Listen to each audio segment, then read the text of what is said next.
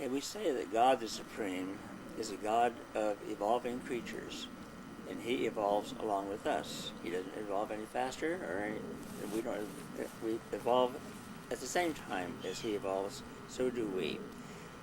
He needs us, and we need Him. Without creatures, He could not evolve, and without Him, there's no way we could evolve anywhere. But how is He doing this? What's He doing?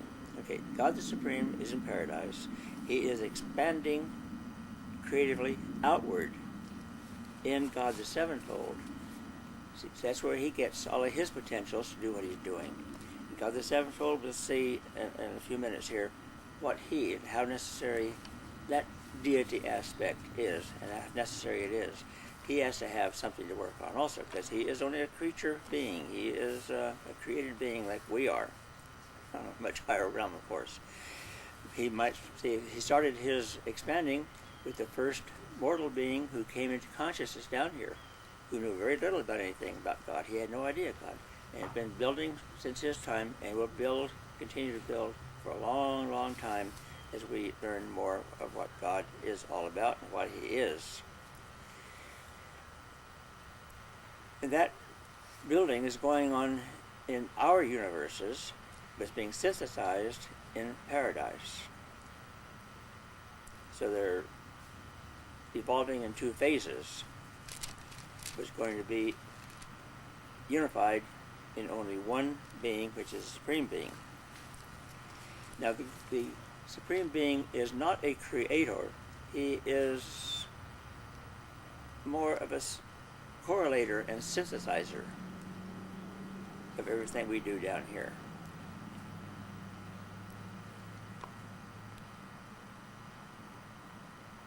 When finally actualized, the evolutionary deity, the Supreme, will constitute the eternal fusion of the finite and the infinite, the everlasting and indissoluble union of experiential power and spirit personality. He does have a finality there, but what's the purpose then? He's just going to be there and be the God of creatures without ever doing anything else? No. We have to get beyond time and space. We are trying to understand God as God exists in Himself. And we are a long, long way from doing that. That's why we need somebody to help us out. So His purpose there is to attempt to reach the absolute levels of super creature attainment. The absolute levels, again, is that realm of existence between the finite and the absolute. It's a combination of those two words, finite and absolute. So we put it in absolute, and that means a tremendously big realm, far greater than the realm of time and space. The book kind of paints out the picture here that there are 8 master architects designing the master universes as we know existence down here in time and space. Beyond that, there's about 28,000 master architects. So it's a long, long trip we have to attain the infinite God. But that's what we were created for, and that's what we're meant to do in time, and we have eternity to do it. So the Supreme Being is simply one of the steps to get us into the realm of final divinity. You might say we understand God down here. Not really. We become mature when we hit paradise, and then we're only beginning. Our trip is a long one. Let's get into then God the Sevenfold. How does the Supreme Being achieve His actualization down here? Our distance from God is unbelievable. He has to make steps for us to get there. He does that by different deity beings that He has placed down here in the universes for us. Like He says, the Paradise Creator's sons, those are the creators of our local universes, of which there are thousands and thousands of them. You'll find out later, we go into the size of this universe, that there are approximately 7 trillion planets like our own, with umpteen people on each one. It's a big universe, and of course we expect the infinite to do something. It's going to be on a magnificent scale, and that is exactly what it is. So the Creator Sons are those who create our local universe, and then Ancients of Days that control the seven master universes. They're in charge of all seven of them down here. And when we get beyond him, we will meet the seven master spirits, or at least one of them. And the seven master spirits are in control of the master, of the creator, of the master universes on the level of paradise. We have to go through the creator sons, then the ancients of days, and then we meet with the one of the seven master spirits. Then we are introduced to the infinite Father on paradise. But do not forget down here, the infinite Father is already existing within our minds. He is indwelling us. They call it the adjuster. He has to adjust himself to our created existence because we are going to attain God, so God is already with us and to help us attain that. But we have to have his other helps along the way. This is deity activity in the universe is what we're talking about. So once we hit the Supreme Being, we will then be able to recognize the Spirit, eventually then to recognize the Eternal Son, and finally we'll recognize the Universal Father. But even there, that is just the beginning, you might say. There's no end to our eternal existence.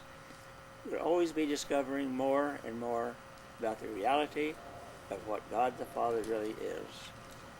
We will finally, sooner or later, understand that God-likeness means Father-likeness. As far as I can see, Father-likeness means nothing but loving care of his creation, of all the beings that he has made down here, so that they can attain him. Remember, God is love.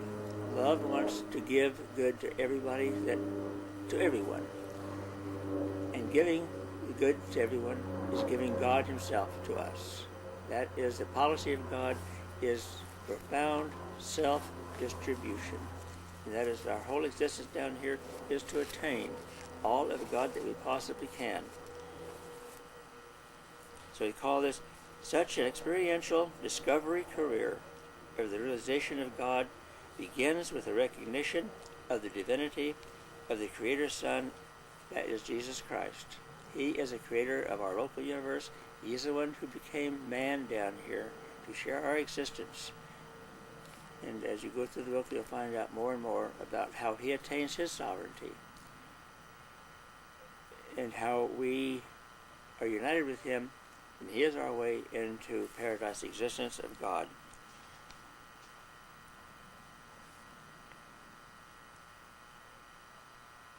After we do recognize the divinity of our Creator Son, who is Christ,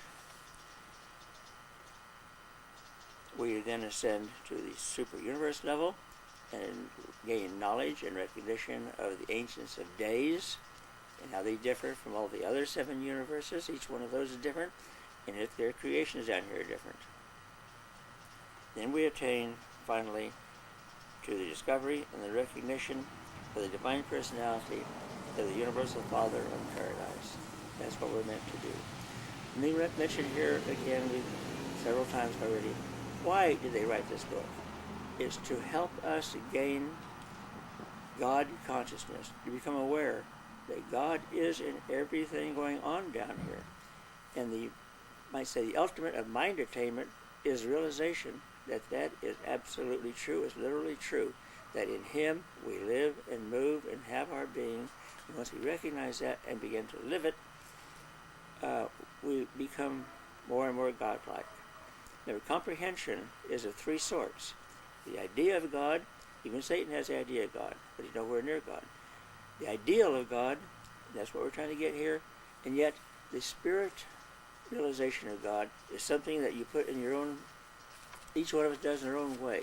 You realize that this stuff is where I want to go, it's what I want to be. I like the idea that God is love, that he wants to give me every bit of himself that he can. And when we finally resign ourselves over to living his will, then that is comprehension of God.